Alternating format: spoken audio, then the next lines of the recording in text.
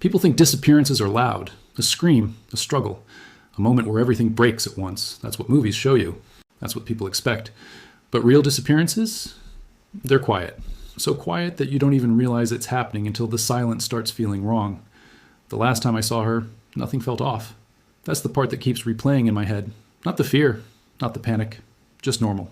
She was sitting across from me, scrolling through her phone, half listening to whatever I was saying. "Are you even paying attention?" I asked. Maya smiled without looking up. "I am. You just repeat yourself." "That's because you don't listen?" "Or maybe," she said, finally looking at me, "you just don't say anything new." That was her. Sharp, playful, slightly distant sometimes, but always there. If I had known that would be the last normal conversation we'd have, I would have said something different, something that mattered. But I didn't, because nothing felt like it was ending. The next day, Maya didn't reply to my messages. At first, I didn't think much of it. She had done that before, or gone quiet for a few hours, sometimes even a day. Busy, I told myself, probably with friends. By evening, I called. No answer. That's when the first thought came. Not panic, just irritation. "Seriously?" I muttered, staring at my phone. I texted again. No response.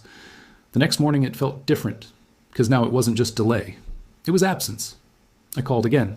Straight to voicemail. Something in my chest tightened. Just slightly. Just enough to make me notice. I went to her place. Knocked. Waited. Knocked again. No answer. Her neighbor opened the door across the hall. "You looking for her?" he asked. "Yeah. Have you seen her?"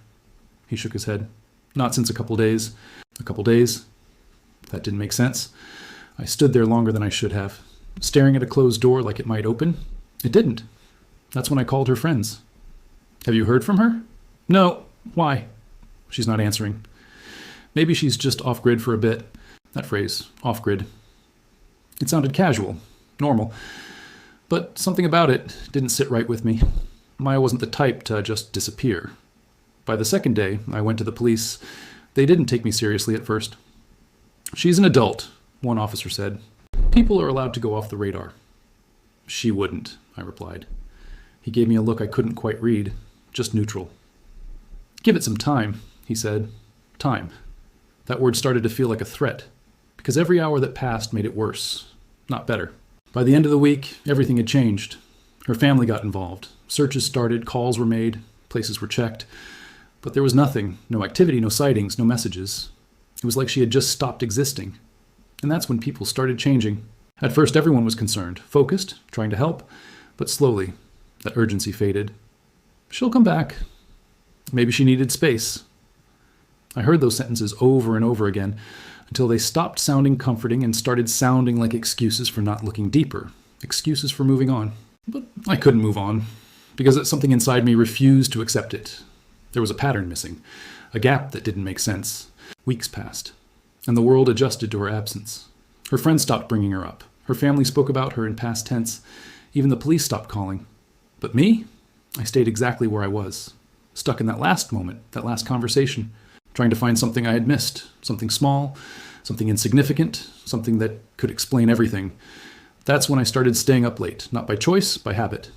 Sleep didn't come easily anymore, so I filled the time, scrolling, clicking, moving from one thing to another. Random forums, anonymous spaces, places where people talked about things they wouldn't say out loud.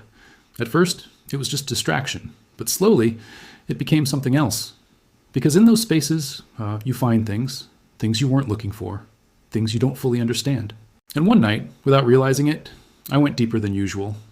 Not intentionally, just following links, one click, then another, until I ended up somewhere that felt different, quieter, not empty, just controlled, the kind of place where everything feels intentional. I don't know how long I stayed there, scrolling, observing. Nothing stood out at first, just fragments, posts without context, images without explanation, until one of them made me stop, not because it was clear, but because something about it felt familiar. I leaned closer to the screen, zoomed in, and for a second, I forgot how to breathe, because it looked like Maya.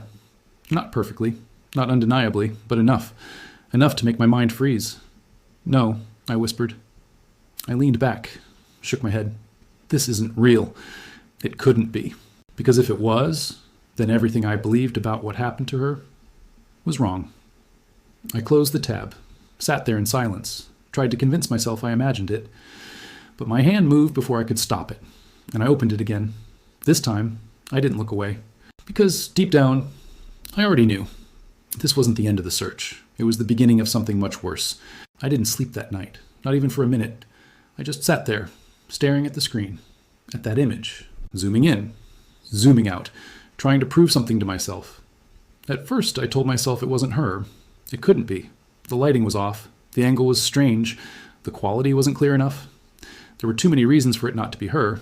But then, there were the details. Small things, the kind no one else would notice. The way her hair fell slightly to the left side, never perfectly straight.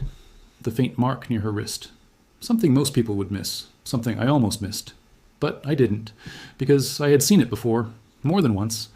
And once you notice something like that, you can't unsee it. I leaned closer, my fingers hovering over the screen, like I could reach through it and confirm it physically. "This is nothing," I whispered. "You're overthinking." But my voice didn't sound convincing, because deep down something had already shifted. I wasn't just looking anymore, I was searching. I opened the thread, scrolled through every comment, every reply, every meaningless line people had written. Most of them didn't even care, just passing remarks, speculation, assumptions. No one knew who she was. No one was trying to find out. To them, it was just another post. But to me, it was everything. I started reading between the lines, looking for patterns, connections, anything that could give me clarity. But there was nothing obvious. No name, no location, no context, just fragments. And somehow, those fragments felt closer to the truth than anything I had heard in the past 3 weeks.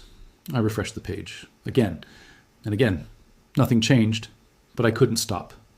Because something inside me had locked onto it. That feeling you get when you know something is important, but you don't fully understand why yet. That's what kept me there. Hours passed. I didn't notice. The world outside my screen stopped existing. There was only one question left. Is it really her? The next day, everything felt different. The same room, the same phone, the same unanswered messages. But now, there was something new. A possibility. And that possibility was more dangerous than uncertainty.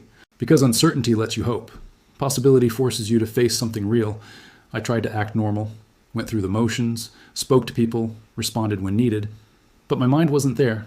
It was somewhere else, back on that page.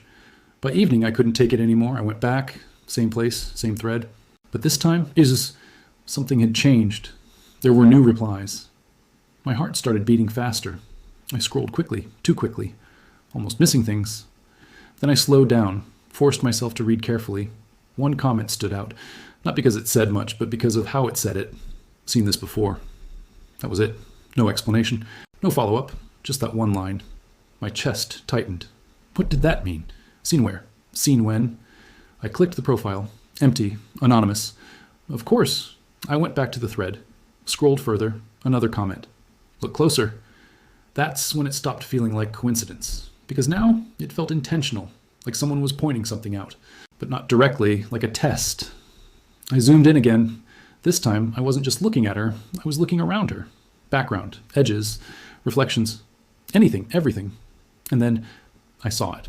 Something small, almost invisible. A reflection, not clear, not sharp, but enough to show a shape, a room. And something about that room felt familiar.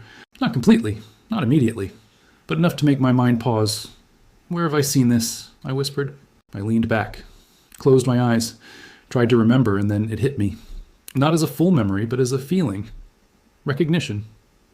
Because I had seen something like that before. Not exactly, but close. And that's when something inside me shifted again. This wasn't random. This wasn't just an image floating somewhere online. There was context here, a story. And somehow, I was already connected to it. I didn't know how. Not yet. But I could feel it. That same uneasy feeling that had started when she first disappeared. Only now, it was stronger, sharper, because now there was direction. I wasn't just waiting anymore, I was moving toward something, even if I didn't fully understand what that something was. Days started blending together. Morning, evening, night. All of it revolved around one thing. Going back, checking again, looking deeper. I stopped asking if it was her, because somewhere along the way, I had already accepted that it was. Now the question had changed. What is she doing there? And more importantly, how did she get there? That question stayed with me, followed me, didn't let me rest, because every possible answer felt wrong. And yet, one of them had to be true. I started noticing things I'd ignored before, small details about her, about us, about the way things had been before she disappeared. Conversations that didn't make sense at the time, moments where she seemed distracted, distant, things I brushed off, but now they felt important, like pieces of something I hadn't fully seen yet. And the more I thought about it, the more one idea started forming, slowly, quietly, not forced, not imagined, just emerging. What if this didn't start when she disappeared? What if it started before that? What if I missed the beginning entirely? That thought didn't feel like fear. It felt like realization. And realization is worse, because fear can be avoided. But realization? It stays. I went back to the image one more time, looked at her, really looked. And for the first time, I didn't just see someone who looked like her. I saw her, not just in appearance, but in presence. And something about that presence felt wrong. Not because she was there, but because of how she was there. Like she wasn't just part of the image, like she was part of something bigger, something I still couldn't fully see, but was getting closer to. And as that thought settled in, another one followed. Quieter, darker, not about her, about me. Because the deeper I went into this, the more I started feeling something I couldn't explain. Not just connection, but familiarity. Like I wasn't discovering something new, like I was remembering something I had forgotten. And that feeling, that was the first time I got scared. Not of what I might find, but of what I might already know. There's a difference between not knowing something and choosing not to remember it. I didn't realize which one I was doing until it was too late. After that night, everything changed. Not outside. Outside, things were exactly the same. People had already moved on. Her name came up less. Her absence became normal. But inside me, nothing was normal anymore. Because now, I wasn't just searching for her. I was trying to understand something much bigger. Something that had been there before, quietly, waiting. I started going back to old conversations, messages, photos. At first it felt pointless, like I was just clinging to memories. But then patterns started showing up, small ones, easy to ignore. The way she would sometimes go quiet mid-conversation. The way she avoided certain questions. The way she would look at me like she wanted to say something, but didn't. I had noticed all of this before. I just never gave it meaning, because it was easier that way. But now, every small detail felt like a clue, and the more I looked, the more something started bothering me. Not about her, about me, because I realized something uncomfortable. There were things I also didn't talk about, things I kept to myself, things I dismissed, things I never explained. At the time, they felt irrelevant. Now, they felt connected. I tried to ignore that feeling, focused back on the image, on the thread, on the place where I had found her. But it wasn't the same anymore, because now, every time I looked at it, I wasn't just seeing her, I was seeing myself reflected in it. Not physically, but in the situation, in the way everything felt strangely familiar. And that word again, familiar. I hated it. Because familiarity meant one thing. I had seen something like this before, and I didn't remember where. That's when I started digging deeper, not just into the platform, but into everything around it. Old links, saved pages, forgotten accounts, things I hadn't touched in months, maybe longer. At first it felt random, like I was just searching blindly. But then I found something. A username. Simple. Forgettable. But something about it made me stop, because it felt close, not important, not obvious, just known. I clicked it. The page loaded slowly. Empty at first glance, but not completely. There were traces. Old activity. Minimal posts. Nothing that stood out. Until I saw a timestamp, my heart skipped. Because it wasn't recent. It was from before she disappeared. Weeks before. I scrolled further.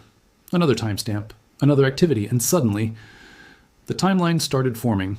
Not perfectly, not clearly, but enough. Enough to make one thing obvious. This didn't start after she went missing. It started before, much before. My hands started shaking.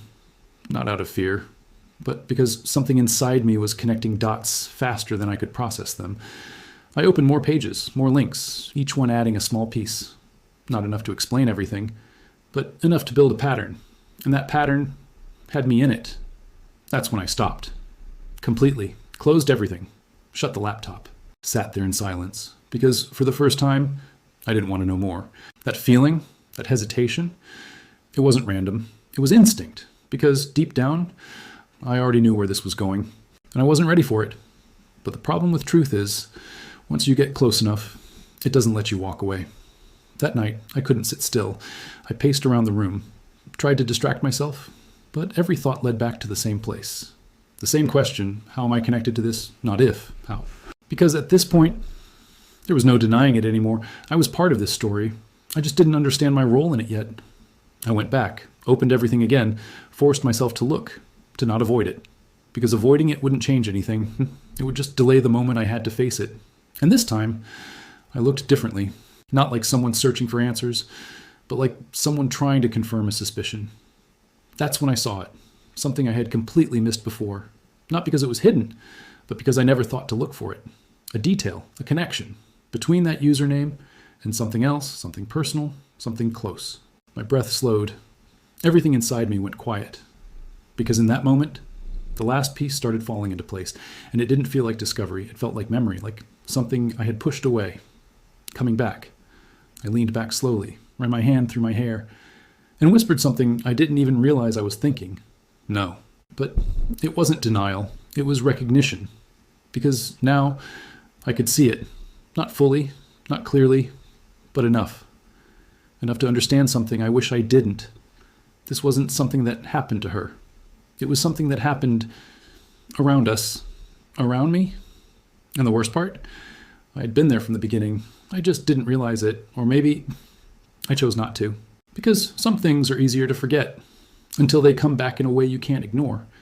And now, there was only one thing left to do. Go all the way.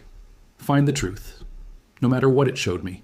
Even if it showed me something I couldn't come back from. Because at this point, I wasn't just looking for her anymore.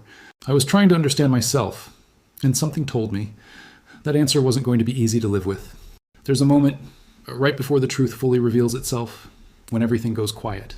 Not outside, inside. Like your mind already knows what's coming and is trying to protect you from it. I was in that moment, staring at the screen, at the fragments I had collected, the patterns I had traced, the connections I could no longer ignore.